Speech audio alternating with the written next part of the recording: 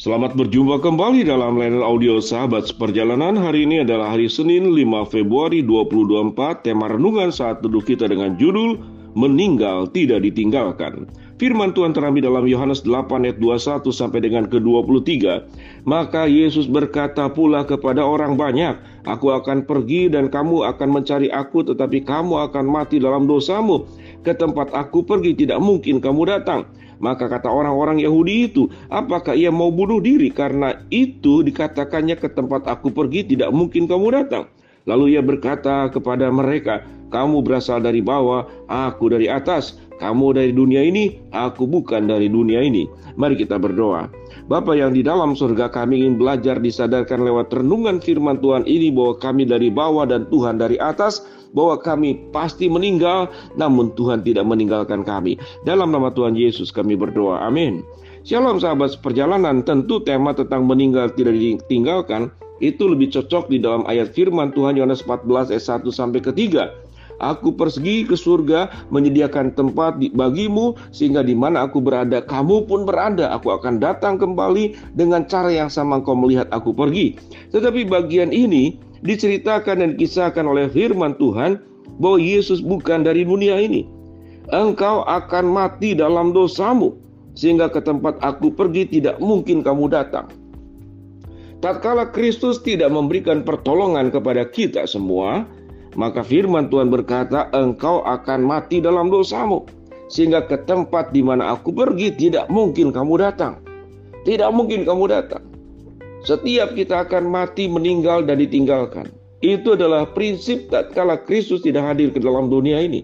Tatkala Kristus tidak menyatakan kasih-Nya, tatkala Kristus tidak menyatakan karya keselamatannya lewat kelahiran, kematian, kebangkitan dan janji kedatangan yang kedua kali, yang akan membangkitkan setiap orang-orang mati dan diberikan tubuh kebangkitan baru, akan masuk ke sebuah surga yang sangat indah dalam Wahyu 21, di mana jalannya pun terbuat dari emas, dinding-dindingnya terbuat daripada permata berbagai macam jenis yang indah, 12 lapis.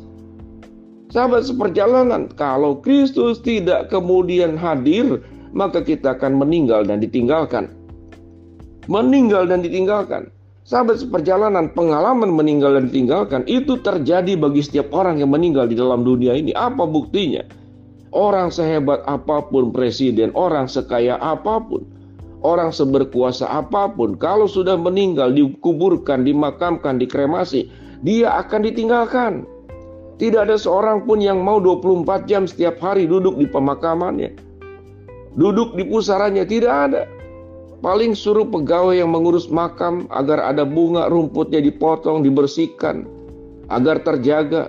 Sebagian yang punya kemampuan ekonomi dipagari dengan pagar yang lebih mewah, lalu berkala setahun sekali atau 2 kali atau bahkan yang sudah terlupakan, lalu dikunjungin. Kita akan ditinggalkan. Dan firman Tuhan yang membuat kita ditinggalkan, yang membuat kita ditinggalkan adalah karena dosa kita, bukan Tuhan yang meninggalkan kita. Namun Tuhan berjanji kepada kita, kita meninggalkan dan kita tidak akan ditinggalkan. Sahabat seperjalanan, mari kita melihat betapa besarnya kasih Allah, betapa baiknya Kristus, betapa luar biasanya penerimaan yang diberikan Allah kepada kita. Kita berdosa, kita bobrok, kita manusia, kita sampah, kita kotor, kita jijik, kita berkubang di lumpur. Tidak ada yang baik. Yang firman Tuhan katakan tidak ada seorang pun yang berbuat baik di dalam dunia ini. Semuanya sudah di dalam keberdosaan dengan niat dan motivasi. Bahkan para ahli psikolog mengatakan setiap perbuatan baik yang dilakukan oleh manusia pada dasarnya adalah untuk dirinya sendiri. Mari kita belajar mengapa ada orang kaya berbagi, tapi kemudian mau di-syuting, mau ditulis namanya, mau diingat. Dia punya kekayaan, dia berbagi, dia dapatkan kepuasan. Orang itu senang karena orang itu kemudian berhutang budi kepada dirinya. Sehingga perbuatan baiknya pun menjadi perbuatan keburukan.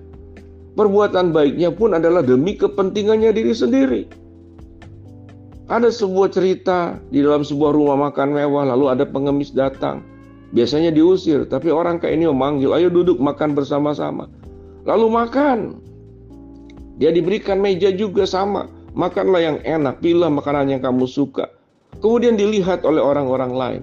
Tatkala kepuasannya adalah tatkala orang lain melihat, wow, orang ini berbuat baik, orang kaya yang murah hati. Bahkan orang yang lusuh, pengemis itu disuruh makan di rumah makan mewah. Maka pada saat itu tatkala kita menikmati tatapan mata yang penuh dengan pujian kepada sikap baik dan sikap budiman yang kita berikan kepada orang yang pengemis ini, maka pada saat itu sesungguhnya kita sedang berbuat sesuatu untuk diri sendiri. Kita menikmati pujian, kita menikmati orang kemudian berhutang kepada kita. Tetapi sesungguhnya orang yang benar di hadapan Allah adalah tatkala menolong orang lain. Dia berpikir ternyata saya lebih buruk dari dia, jangan-jangan saya lebih berdosa dari dia. Jangan-jangan Tuhan lebih berkenan kepada orang ini daripada kepada diri saya. Hati seperti demikianlah yang sangat luar biasa, dan biasanya setelah orang itu disentuh, dia memahami seluruh kebaikan, seluruh keindahan itu adalah milik Allah. Dia itu bobrok, tidak merasa lebih baik dari orang lain. Dengan kebaikan Allah kita meninggal dan tidak ditinggalkan. Kalau kita bertemu dengan orang Yahudi, saya melihat catatan-catatan orang Yahudi itu sangat buruk. Dia tidak melihat dan mendengar firman Tuhan itu dengan jernih, dengan benar, dan menerima makna firman itu dengan baik. Bahkan pikirannya berbeda. Kata orang Yahudi itu, apakah ia mau bunuh diri? Karena itu dikatakannya, ke tempat aku pergi tidak mungkin kamu datang. Lalu ia berkata kepada mereka, kamu berasal dari bawah, aku dari atas. Kamu dari dunia ini, aku bukan dari dunia ini.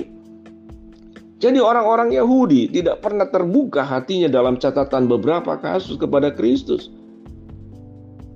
Kebiasaannya adalah menilai, kebiasaannya adalah merasa diri baik, kebiasaannya memakai logikanya, pikirannya sebagai sebuah kebenaran.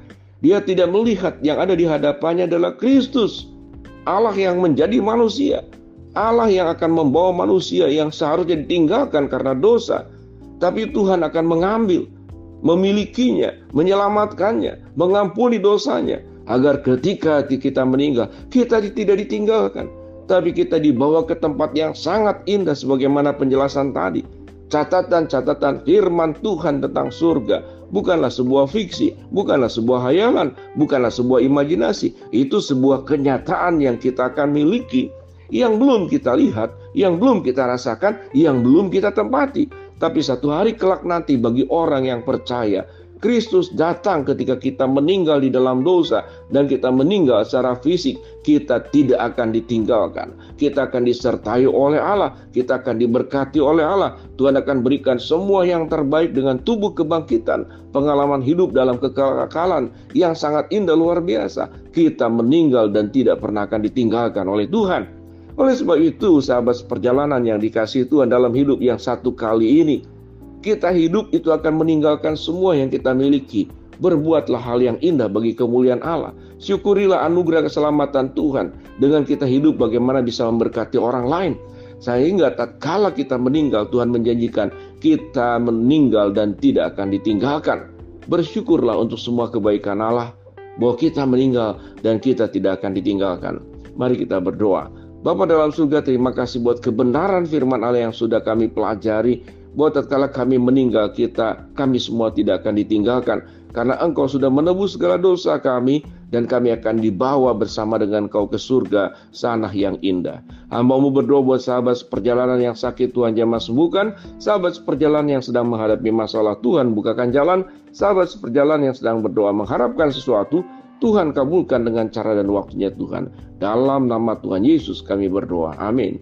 Shalom sahabat seperjalanan, ingatlah renungan kita hari ini, meninggal dan tidak ditinggalkan. Tuhan Maha Baik, Tuhan mengasihi kita semua. Shalom.